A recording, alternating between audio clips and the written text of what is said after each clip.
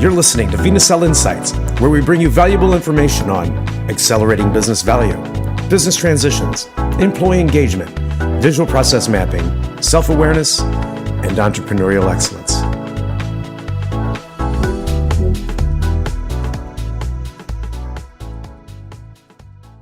Did you know that a roadmap is one of the best ways to make it through any journey? Hello everyone, this is Kevin with vNacelle.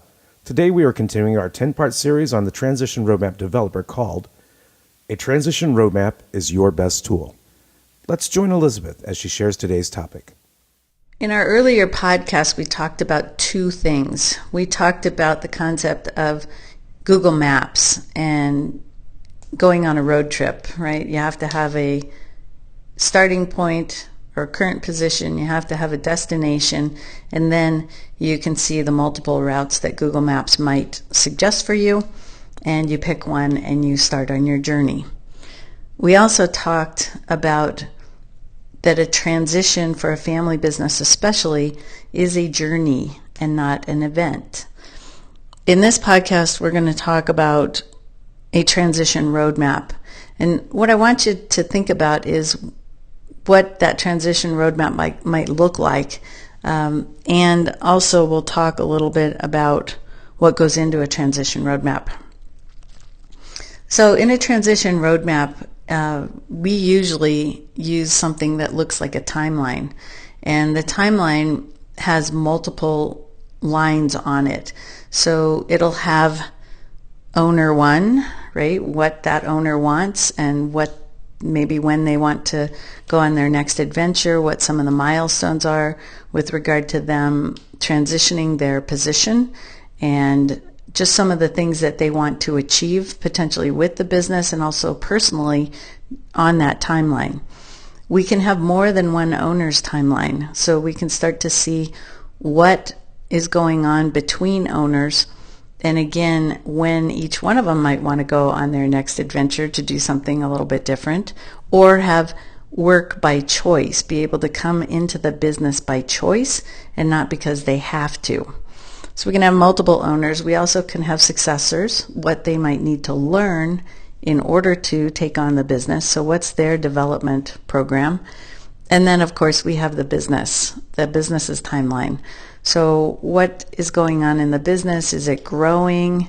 Does it need to grow? And to what level so that we can support additional families? Do we bring on and when some kind of a different governance structure, maybe a board of directors? How does that happen? When does that happen, etc.?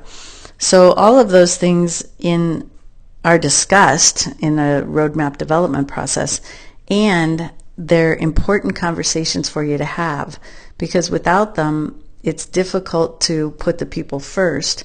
And usually if you don't put the people first, then you end up in potential conflict and also people not wanting to move, because it's important in a transition that the people, both successors and people transitioning, are moving towards something they want and not leaving something behind without something that they want to move forward towards. It's very difficult for us to leave something behind if we don't know where we're going.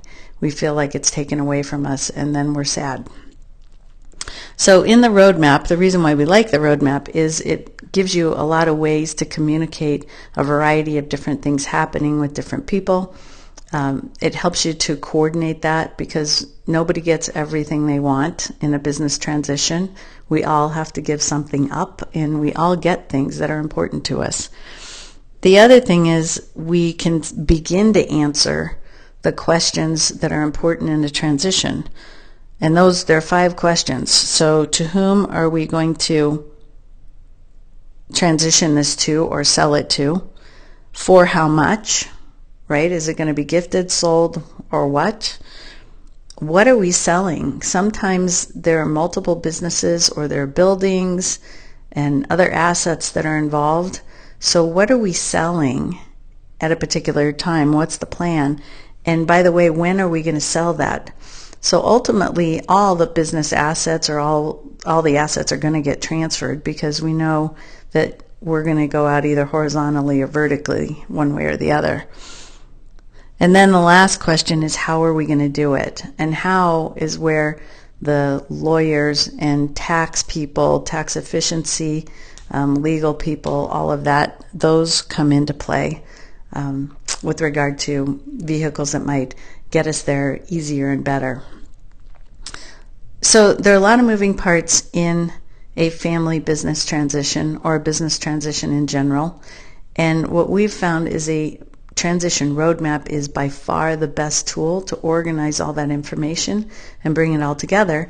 And then it also helps you to walk down the road.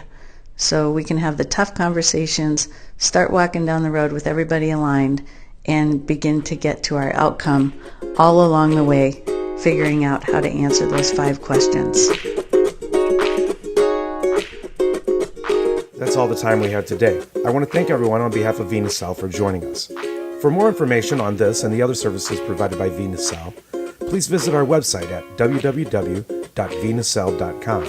Again, that's www.vnacelle.com. To schedule a 3/3 meeting and talk one-on-one with someone from the vNacelle team, please call us at 303-790-0754. Again, that's 303-790-0754.